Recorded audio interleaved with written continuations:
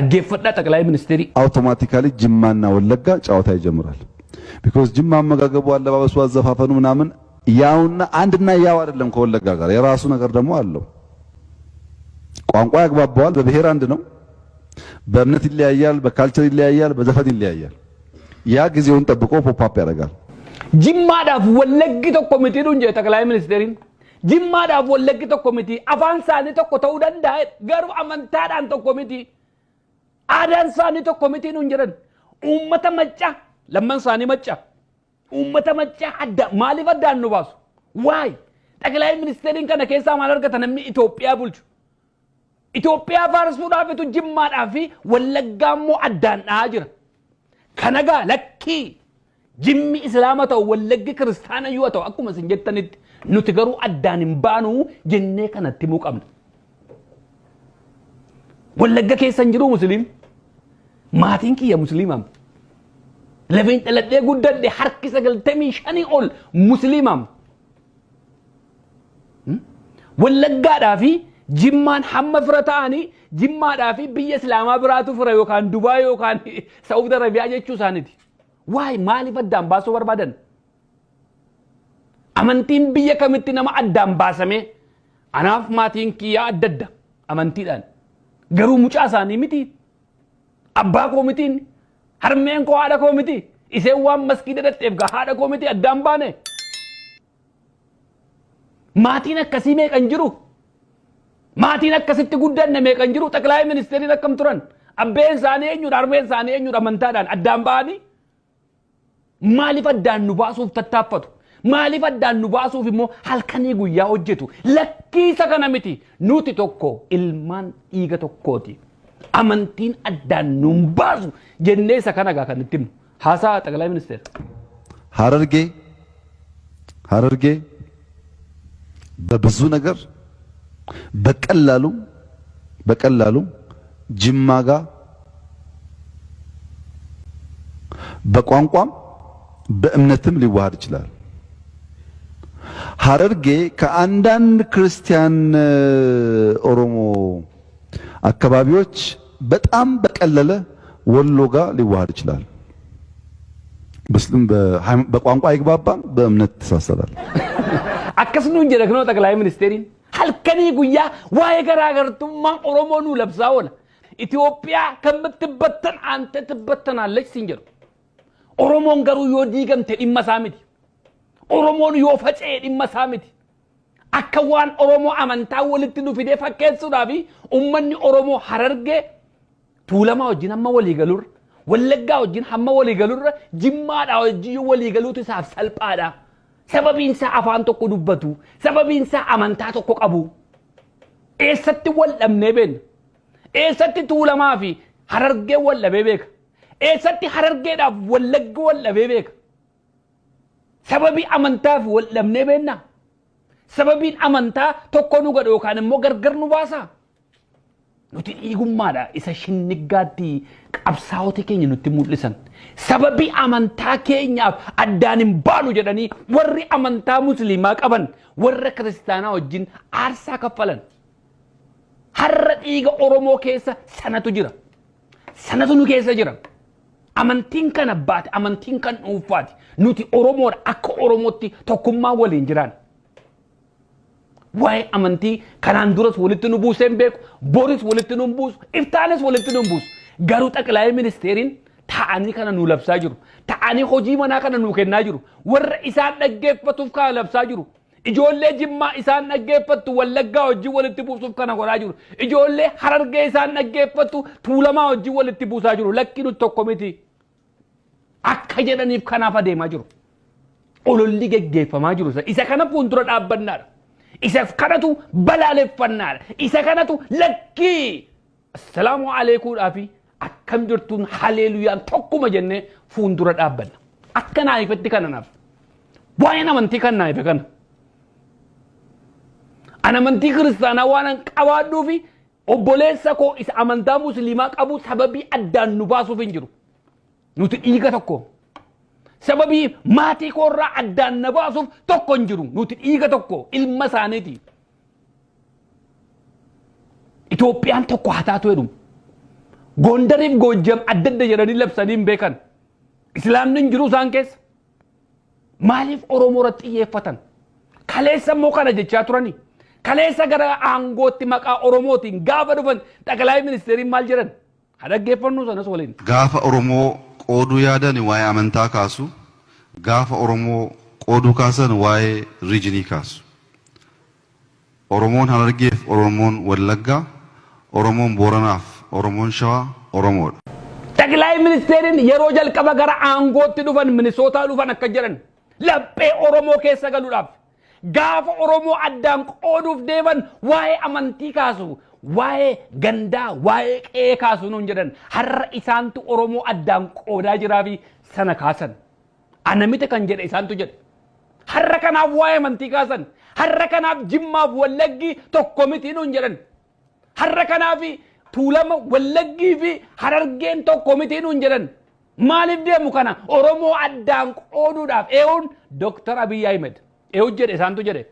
Gaafa Oromoo addaan qoodan akkas jedhan. Gaafa Oromoo qooduu yaadan waa'ee amantaa kaasu, gaafa Oromoo qooduu kaasan waa'ee riijinii kaasu. Kanaafarra waa'ee amantaa kaasaa jira Xaqalaa Ministeeriin. Addaan walitti nu buusuuf deemaa jira Xaqalaa Ministeeriin. Hin ta'u jennee fuuldura dhaabbachuu qabna. Hin ta'u nuti addaan hin baanu. Nuti ilmaan abbaa tokkooti. Oromoon Oromoodha. Harargee irraa dhufi, Baalee irraa dhufi, Arsii irraa kottu, Wallagga irraa, Walloo irraa, Kamisee, Boorana, Guji. We are Oromo tokko nuti. Amantiin addaan nu hin baasu. No! Qabsaa'ota keenya nutti agarsiise waggaa 40 dura. Otoo Dr. Abiyyiin hin dhalatin dura qabsaa'onni Oromoo Shinnigaatti lakkii jedhan. Maal kaleessa qabsaa'onni Wallagga irraa Harargee keessa dhaqanii qabsaa'an turre. Harargee irraa Wallagga hin dhufne. Jimmaa irraa Wallagga dhaqanii hin qabsoofne. Har'a hin jiranii lubbuun. Dr. Abiyyiin har'a aangoorra taa'ee Oromoo addaan nu diiguudhaaf kan haasa'a. Fuuldura dhaabbadhaa. Hinkoo jedhaani. It doesn't matter deeggartan deeggarre waan kana garuu hin ta'u jedhaani fuuldura dhaabbadhaa. Hin ta'u jedhaani. Hin qoosina. Jireenya har'a jiraataniif jettanii hin qoosinaa dhiiga ilmaan Oromootti. Hin qoosinaa. Warri Dr. Abiyyii deeggartan biyya keessa jirtan biyya alaa jirtan. Jaalladhaa deeggaraa sun mirga keessan. Garuu gaafa waan Oromoo addaan baasuu dhufutti lakkii jedhaa fuuldura dhaabbadhaa. Farda abbaan fedhe guluuf hin ta'inaa. Waan eeggaddatti dadhabdan qabsaa'ota keenya lakkii jettanii bira hin darbinaa. Har'a jiraachuuf jettanii. Kun isiniifis gaarii miti. Waa tokko waan keessaa argattan hin jiru. Diinota Oromootu kana keessaa bu'aa argata malee namni kaleessa ani Oromoodha jedhee guyyaa tokko hidhame guyyaa tokko qabsoo Oromoo keessatti dabarse namni Oromoodhaaf guyyaa tokko rakkate kana furachuu hin qabu mormuu qaba fuuldura dhaabbachuu qaba. Tokkummaadhaan kaanee fuuldura dhaabbachuu qabna. Kanaafan warra jallaabiyaa uffatee koofiyaa uffatee sooshaal miidiyaa irratti amantaa kiristaanaa qabaattanii obboloota keenya amantaa musliimaa isinii wajjin jirra. Iid al-Mubaarak jettaniifan galatoomaa isiniin jedha. Ulfaadhaa kan hin jedheef kanaaf. Amantiin keessan keessa keessan. Tokkummaa akka Oromootti qabnu garuu waliin mul'isa. Gara fuula duraattis hin goona. Gara fuula duraattis waliin goona. Waliin dhaabbanna. Oromoo keessa rakkoo akkasii jira. Rakkoo amantii qabnaa nuti. Kinoo dheengadda gaafa Gondar keessatti maskiidii meeqa gubate. Cherchiin Oromiyaa keessatti gubatee jira. Sababiin isaa maaliif? Oromoon beekeera. Tooftaa deemamaa jiruuf ni beeka. Kanaafitu waggaa darbe akkuma kana godhan. Lakkii jedhe Oromoon hi'inkoo. Obbolaan koo amantaa kiristaanaa anaafis dhiiga kooti jedhanni musliimaa. Hin dide cherchii kamitti iyyuu hin buunu quba keenyatti hin buufnu jedhanii dhaabbatanii waardiyyaa eeganii nagaa isaa eegsisu. Ulfaadhaa uummata akkasiidha dhalachuu kottan gammadan.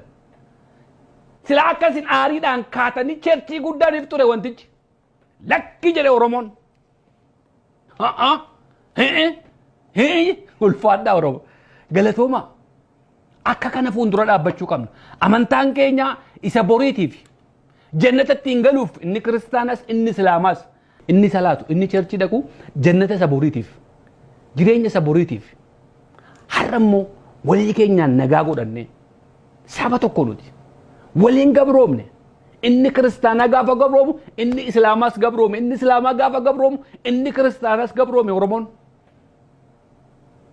qeen islaamaa gabroome qeen kiristaanaa nagaan taane oromoon waliin nu gabroomsan lakkii isin warri kiristaanaa kan kootidhanii lafisaan dhiisan hin jiru waliin dhukkee nurraa kaasan waliin nu cabsan waliin eenyummaa keenya dhabamsiisan waliin nu waldhaalchisan kanaaf tokko taanee waliin dhaabbanna sababii kanaafan barreeffama dheengaddaa gallakkise har'a akkan irraa dubbadhuuf sababii akkanaa ta'uuf fuuldura bu'ee yaada keessan hubachuudhaaf akkamitti yaada namni keenya jedhee baay'ee keenya jira karaa dogoggoraarra kan nama hubannu kan fageessine hin yaadne kan fageessine hin hubanne waan xiqqoo nutti kennanii nu iyyisiisum dhufanii namoota tokkotu waa jedhama waa tokko kaatee waa maxxansite sooshaal miidiyaa irratti tokkuma dhufe amantaa islaamaa jibbitaadha inni kaanis dhufe amantaa islaamaa tokkuma dhufe jibbiinsa martaa ortodoksii irraa qabdaa siin jedha jibbiinsa isa kana gaa isa kana barbaadu isaan waan xiqqoo tokko gaa sooshaal miidiyaa kana keessatti okkora kaasuudhaaf